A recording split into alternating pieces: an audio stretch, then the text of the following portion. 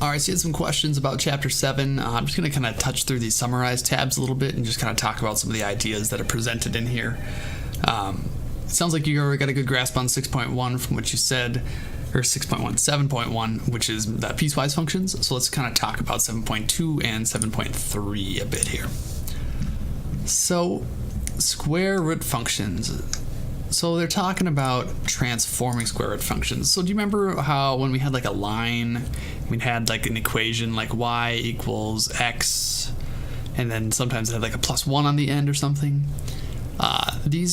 The different numbers you add onto the end, plus 1, plus 7, minus 100, they all change the graph. So in this case, let's see, y equals x plus 1 is a line. And we learned this earlier in the unit. So this is a line with the slope of 1 and a y-intercept of 1 as well. So this would be the point 0, 1 that I've graphed. And our line would look something like that. Very rough graph there. And so it's talking about how the parent function of lines is just y equal x. And I'll extrapolate this to square root functions in just a second, but grasping this will help.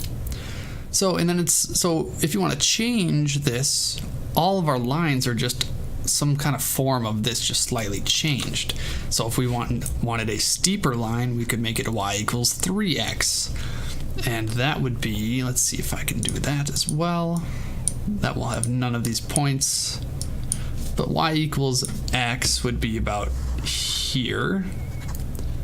And then y equals 3x would be steeper. I'll draw that one in blue. That one would be more like this. And then if we wanted to move the graph upwards, we could add a y-intercept onto there. We could add, let's move it up 10 units. Well, now we're up 10 units. So now we would have, I'll use dark blue for this. Here's our 10 units up. We would have this graph that goes through that line. I'll try and draw that better. It's good enough. So we can shift the graphs of lines by changing the slope or by changing the y-intercepts. But it all comes back to this regular function, which is just y equals x. That's like our most basic form of a line.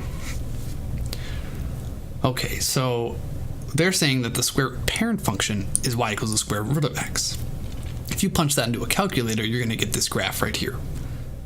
And so now they're going to talk about the different ways that you can change that, how you can move it upwards, how you can move it downwards, left, right, all those sorts of things. That's these transformations. So let's see. Because the square root of a negative number is not a real number, the domain is greater than 0. Yeah, you can't have the square root of negative 5, for example. That gets into imaginary numbers, which is way farther down the line, so I wouldn't worry about that yet. So that's why they only worry about 0 to the right on the graph here. And they also talk about the range, which is great. Let's talk about transforming them. So the general equation for a square root function is that. Let's kind of look at this, because there's a lot of letters involved here. So y equals the square root of x minus h plus k. Okay, so the value of h tells how the graph is translated left or right. So that is that, left or right. And the value of k tells you how it's changed up or down. So similarly to how when we had lines, we had y equals mx plus b would be like slope-intercept form. This was how much it was changed up or down, and m was the slope, which was how steep of a line it was. So now, instead of steepness, since we're not working with lines, we're working with square root functions, we're mostly doing just these translations here. Left, right, up, down.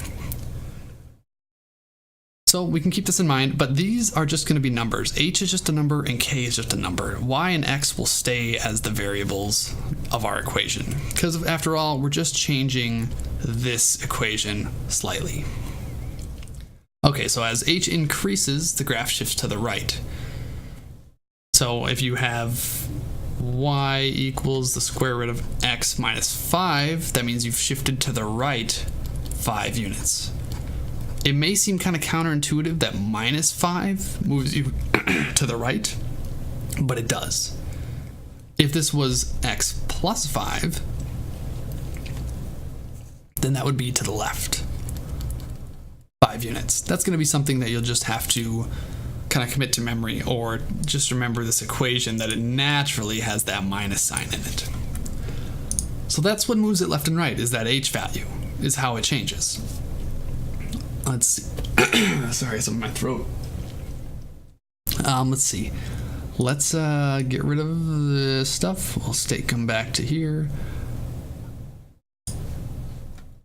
Okay. And then as k increases, it will go up, and as k decreases, it will go down. So if we have the same equation, let's leave it as x minus 5 like we had before, and let's move it upwards 10 units. Boom, plus 10. If we wanted to move it down 7 units, we would do minus 7. And now we've moved it down 7 units. So this one, it does stay with our intuition that minus 7 moves it down and plus 7 would move it upwards. The under the square root, though, it's a little bit counterintuitive, but you'll just, like I said, you'll just kind of have to commit that to memory. Okay, so let's continue onwards. So like I said, it may seem strange that they have different signs. You can rewrite it, blah, blah, blah. Feel free to read through this. And now let's get to the example, okay. So this equation, let's look at this. Look at this graph. It starts here at the point -7, 3, it looks like, which is what they say as well. And it looks a lot like this. It's just been moved over this way. So essentially what they're doing is they're writing the equation so that it moves the graph. So they moved it left 7 units, which means you have to add 7 under the square root here. So that's where you get that x plus 7. And then they also moved it upwards 3 units, which is that k value. So you had to add 3 onto there from the generic form. So once you start to get into it a little bit more, it's not so bad, but sometimes reading about these things might be a little bit challenging. So hopefully this is starting to make a little more sense. And then of course they rewrite the domain and range because we're no longer starting at 0. We can have values over here if we shift the whole graph. You know, we have values in the negatives, but we don't have anything to the left of -7, which is what they're calling h from the equation. So they're saying the domain is x is greater than h, which in this case is -7. Because what they're really doing, let me just explain this really quick. It's because if we always think of this, if we always are using this equation, y equals the square root of x minus h, then to get +7, we would need to do y equals the square root of x minus -7, which is how it gets 7 units to the left. And of course, these two negatives become a positive sign, which is where that positive does come from. Okay, and then they extrapolate that idea into cube root functions, which is the same idea. It's the same idea. We have this most generic form of this function, a cube root. So we have the cube root of x. That is as simple as a cube root can get, is that. And that's just saying, you know, here's a couple examples of cube roots as well. Cube root of 8 is 2, and there are a bunch of other cube roots. Essentially, you're taking some number cubed equals a different number. It's going backwards from cubing something. We should be good on cube roots by now, though, I think. Okay, so then we'll talk about transforming cube roots. So now we have an equation that looks a lot like the one we just saw. So we have y equals the cube root. It's no longer the square root, it's the cube root of x minus h plus k. Like, hey, that looks exactly like what we just had, but there's a 3 there. Well, the 3 doesn't change a ton about how we transform it, thankfully. It changes a little bit about the graph, but how we transform it is actually still the same. This still moves it left and right, and this still moves it up and down. If I wanted to move this, if I needed to move my cube root function up 10 units, I would write plus 10. If I needed to move it to the right 5 units, I would still write minus 5 from where minus h is. So this is not far off from square roots. And if you think about square roots, if you look at just this top piece, isn't it the same thing as right here? It's just like it's mirrored and flipped on the bottom. And it really is. That's just because cube roots can have all these negative values, whereas square roots cannot. Like we can find, and I think we should be aware of this by now, but we can find the cube root of a negative value, like the cube root of -8, is actually -2. And the reason that we can do this is because if we took -2 cubed, that'd be the same as -2 times -2 times -2, which of course, let's see, these two are going to equal +4 because two negatives will cancel out, multiplied by the -2 that we still have left, and that will equal -8. So we can have negative value square roots, or square roots, cube roots. We can have negative value cube roots. So that's why we can have all these negative values over here. But other than that, if you were to cut it off right there, it looks just like a square root function. And so moving it around with these transformations operates just like the square root functions as well. So then they go through an example of translating a cube root function. And let's see, so they are going to call this generic point hk, and it's written as this 9, -2. And so h is 9, k is -2 based on their, this is h, and this is k, -2k. And then they plug it into the generic form of the equation. Since we moved it 9 units to the right, let me pull up my pencil here. We moved it 9 units to the right, that center area. So that means we need that 9 units to the right. And then we moved it down 2. It's no longer here like this. We had to move it downwards as well. So we had to subtract 2 as well, which comes from right here. So it's really just an idea about shifting these graphs around. Let's do one real quick. What if we wanted to put one that was centered at the point 7, 1? Well, we would use the same generic equation, x minus h plus k, and then we would just substitute in our values. So if these were considered h and k, 7 would be h, so we'd get y equals the cube root of x minus 7, which means we've moved 7 units to the right, and then plus k, which is 1 in this case, which means we've moved up 1. So that one would start, let's see, 7, 1. That one would be right here and would look something like that. Okay, at this point you've learned a bunch of stuff. Yep. Comparing them. Okay, so now you're going to compare different functions that you've learned. And of course they're going to throw a square root at you because we just learned about square roots from earlier above. So let's stop on 7.2 there and let's jump to 7.3.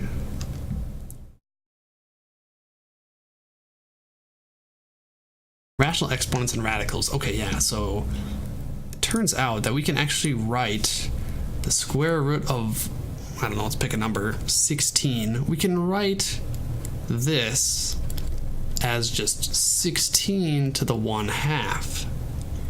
1 to the 1/2 power is the same as a square root, which might be a little bit difficult to understand and just right off the bat. But the more you work with it, the more that'll make sense. So let's see. So they are going to say, let's see, the rational exponent is an exponent that can be written as a fraction. Yes. So the expression 8 to the 3rd cubed. I don't know why they would start off so weird like that, but that's fine. Okay, so, but these are the same thing. We can also do the same thing with a third, which they're starting to touch on. So a cube root. So if we had the cube root of, let's use 16 again, even though it's not a nice answer as far as the cube root of 16. We can write that as 16 to the 1/3. And we can do some more interesting things, like what if we had 16 squared, the cube root of that? Well, this we can also write as a fraction, but it would be 2/3. So the root goes on the bottom, and then if there is some sort of exponent, it would go on the top. You see this most commonly with, sometimes with a variable, like if you had x to the 4/3 power, that would be the same as writing the cube root, these are the same, of x to the 4th. Those are the same. So you'll see it more often with variables eventually, but for now we're just grabbing the concept. We'll use just regular numbers. So they're calling 8, let's see, let me get this off so I can scroll. So in the expression 8 to the 1/3, 8 is the base, which it has always been. The base of something with an exponent has always been called the base. And then a third is the rational exponent. So it's rational because it's a fraction. It's no longer just a whole number like 1, 2, 3. Now we are using fractions, and it won't always be using fractions from now on. We just need to know that we can use them interchangeably. Sometimes one is advantageous to use versus the other, and they'll get into that in a little bit. So here's where they use generic letters and such to state exactly what we've just talked about. A to the 1 over n, I'm going to switch colors, like this purple. A to the 1 over n equals the nth root of a. This is an n.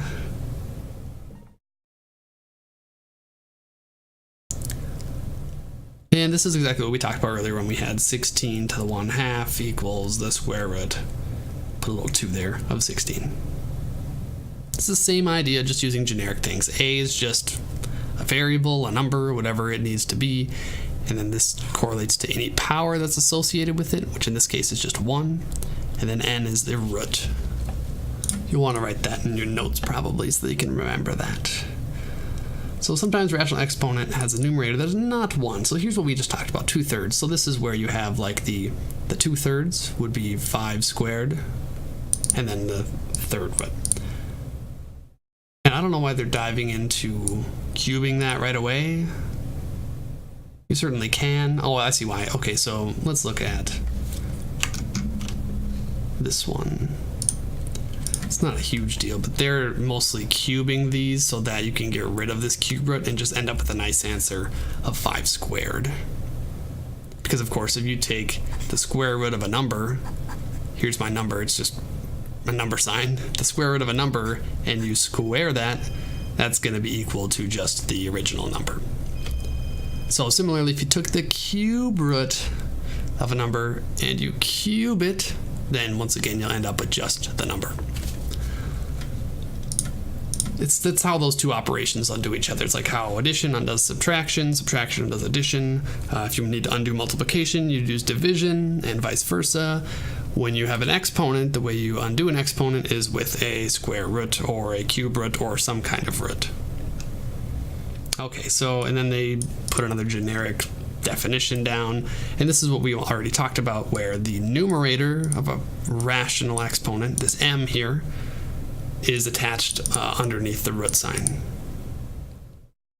It looks a little bit confusing, but when you think about it with the examples we already did, it's not too bad.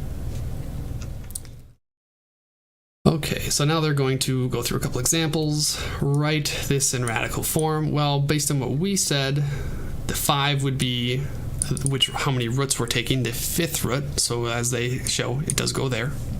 And then the 6th in the numerator would be how many, the exponent attached to the 13, which is attached to the 13 there. So you can see that we're doing this correctly. And then you can check out the rest of these examples as well. Let's see what other topics they talk about. Write this down. This is a bunch of probably very confusing looking properties. The properties of exponents are something that's really tricky for a lot of students, and it's easy to forget because there's just quite a few of them. And it's easier if you break some of them down a little bit easier. So they're going to use A, M, and N for most of their letterings. So let's take a look at just this first one. So the first one, they're saying A to the M multiplied, or not multiplied, taken to the nth power. So let's use our own numbers. Let's use 2 squared taken to the 3rd power. So if we were to cube this, this would normally be 2 squared times 2 squared times 2 squared, which if we were to think about it, this is 4, this is 4, and this is 4, and that would give us, what, 1664 is what we're expecting to get. So their property is saying that you can just multiply these two values, these m and n's right here. So they're saying that 2 to the 2, or 2 squared to all that to the 3rd power, they're saying that that's the same as 2 to the 6th power, because you multiply 2 times 3. They're saying that this a to the m times n is the same as that. And it is. 2 to the 6th would be 2 times 2 times 2 times 2 times 2 times 2. 6 times 1, 2, 3, 4, 5, 6. which is the same as what we've got going on up here, and it is 64 still. And then they'll give you an example using rational exponents, since that's kind of the idea of the topic. But knowing these properties will be helpful, and this is usually where rational exponents can be more helpful than just seeing regular roots. So read through these. Feel free to use your own generic examples. I like to use small numbers like 2, 2, and 3, and things like that, so that I can grasp what's going on. But these will be helpful to have. And then they just have you doing some simplifying. So I think that's probably the big topics that you're probably confused on, working with these rational exponents and then those transformations from the last one. So I hope that helps. Feel free to rewatch the video, pause things if you need to. And if you have further questions, feel free to let us know.